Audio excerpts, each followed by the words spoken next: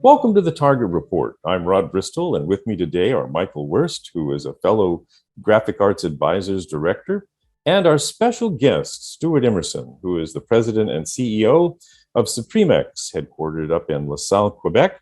We're delighted to have you with us, and thank you so much for giving us your time today. A little background about our interview.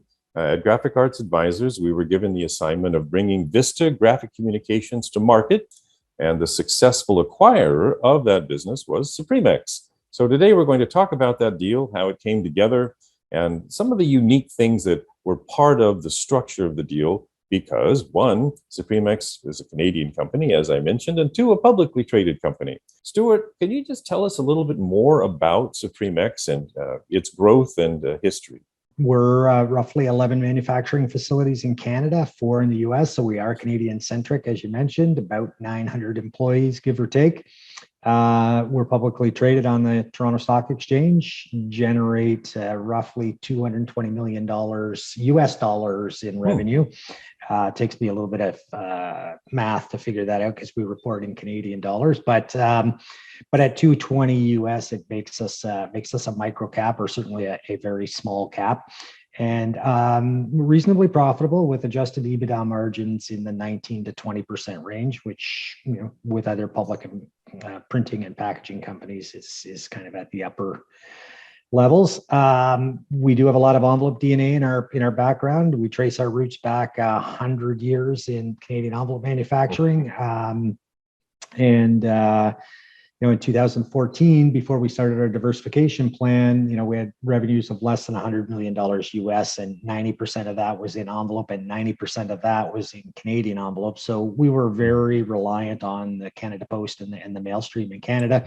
And in the face of secular decline, Canadian markets declining at 7.5%, 8% a year, which is roughly double the US market. We needed to set out and diversify both geographically and from a product standpoint. And today we're about 70% envelope and 30% packaging, and US envelope now represents 30% of total revenue. So we've really changed the face of the business over the last little while, and we did this executing on a strategy of modest, low risk M&A to this point, and sort of good old fashioned blocking and tackling.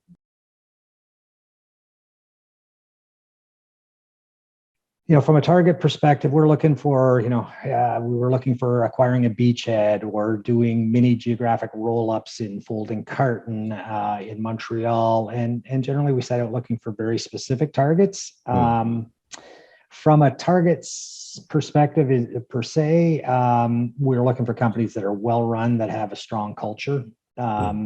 We don't necessarily go in and just try and clone our business in the acquired business. Ideally, it's an invested owner operator that has a passion for their business and a passion for the people that help them build the business, that wants to sort of monetize their life's work, if you will, with a partner that'll sort of take care of its people and sort of carry the torch to the next level.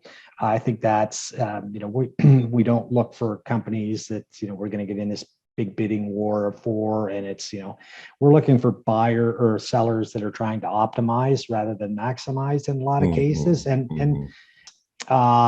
we're looking for well-run businesses that have had appropriate investment over the last few years or recent years. We don't want to infuse a ton of new money into pay a multiple or something and then have to infuse a ton of new money, and it has to have a good employee base, particularly when it's geographic expansion.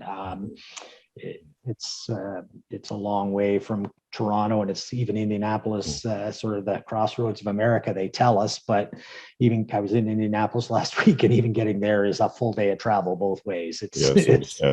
It's tough. So we want a strong employee base and something we can build on. And I guess thirdly, from a financial perspective, we're looking for businesses that are profitable, but can grow both revenue and EBITDA with, some scale, some modest early investment, with some management depth and support. And we want a business that has a sound understanding of their position in the market, their financials, and those financials can be presented to us, even to me, in a fashion that I can understand quite easily, without having to bend myself into a pretzel to understand. So we're looking for people that are serious operators, have reinvested in their business, and that have a financial literacy or discipline that they can explain their finances to us fairly easily. It did, for sure. So, you're publicly traded. We sometimes work with PE firms. We rarely actually work, not rarely, but it's unusual for us to work with a publicly traded firm that is in the acquiring role. How did that change, or how did that impact the process? On the con side, we may have to do a little bit more due diligence, and maybe the process is a little bit more formal, probably less so than it would be with PE. Mm-hmm. I would say, but that can cut. That due diligence can cut both ways. I mean, we could make a case that the private purchaser might be more thorough because they're spending their own money, as opposed to the public markets money. But there's a lot of pros on the a public company acquiring a privately held company. Very good. So then, which leads us, of course, to the subject at hand, which was the acquisition of Vista Graphic Communications. So, and our senior director, Mark Hahn, tells the interesting story. We had the assignment, and we were looking at where and who we might consider as a possible acquirer. And sort of out in left field were you guys, Canadian, publicly traded. And Mark tells the story. He sent you the NDA, and you got back to him and said, well, look, I'm only interested in it if it's in Indianapolis. And of course, lo and behold, it was sort of the one in a million kind of amazing location-centric acquisition. So congratulations on finding the right place in the right place. Anyway, that's our story. So give us a little bit about your story. And that story is 99.9% correct. Mark sent me the teaser. The teaser, that's right. Yes. And then he followed up, and he said, he followed up with a phone call and eventually reached me with some persistence, I might add.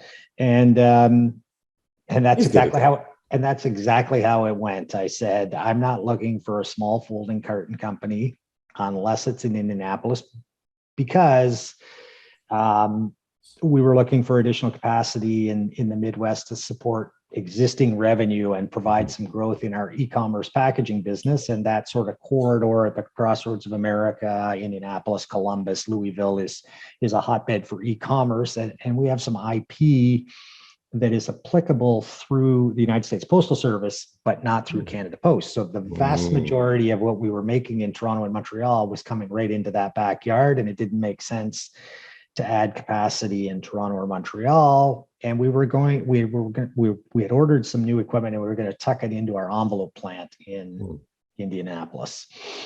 And I had some reservations about that, and Mark made the phone call, and that's exactly what I said. The equipment was being built from Bobst, and a die cutter and a gluer, and so the rest is history. And they checked virtually every box for us. They were in the right location. They were profitable, but they weren't maxed out, running a shift and a half. They had available equipment capacity for sales and EBITDA growth. That was pretty straightforward. They could benefit from our scale and know-how. I kind of chuckled at myself a little bit about our know-how, but we are pretty good operators. The plant was well organized. It was reasonably modern. They had room for additional equipment. The equipment we had on order. They had a good customer base, although they had a little customer concentration, if you remember, Michael, that we had to deal with. And I think you guys did a really nice job helping the vendor understand that. The customer base had good bones and good employees, a good nucleus of employees. So, and the other intangible was the vendor himself and the process. I mean, It was clear from the beginning that it was, that he was organized, that he had a plan and he had goals, and he was a reasonable character that was serious about selling. And he had hired a good advisor and not blowing sunshine, because I typically don't do that. And through the advisor came forward with a sort of reasonable and rational expectations, and on both value and on the process itself. So it was a perfect marriage. Any specific thing that you would like to offer to buyers or sellers? Well, you don't have to do it alone, and I wouldn't do it alone. They can take you somewhere that others cannot, or that you can't get to on your own.